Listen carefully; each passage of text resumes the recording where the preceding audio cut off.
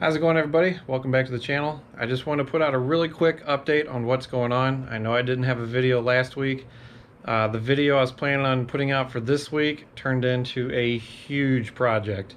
I'm still waiting for the rooftop tent to come in, and I decided to go ahead and do the roof rack lights for camp lights and wire in the solar panel, and then put a secondary power station in the back of the Jeep.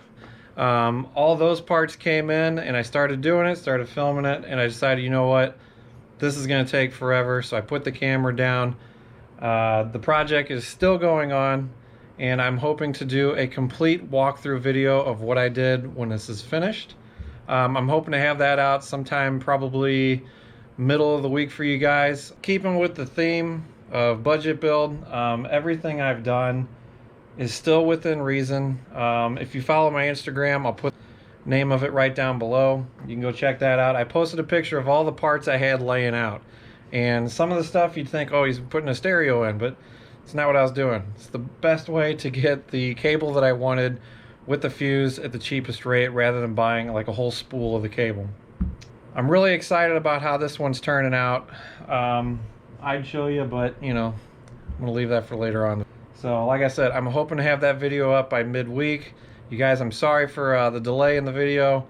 My whole plan was to have the rooftop tent video coming out, but that's still coming and shipping. So as soon as that comes in, I'll have that, show you a whole walk around of the 23-0 Walkabout 56 that I bought for this thing.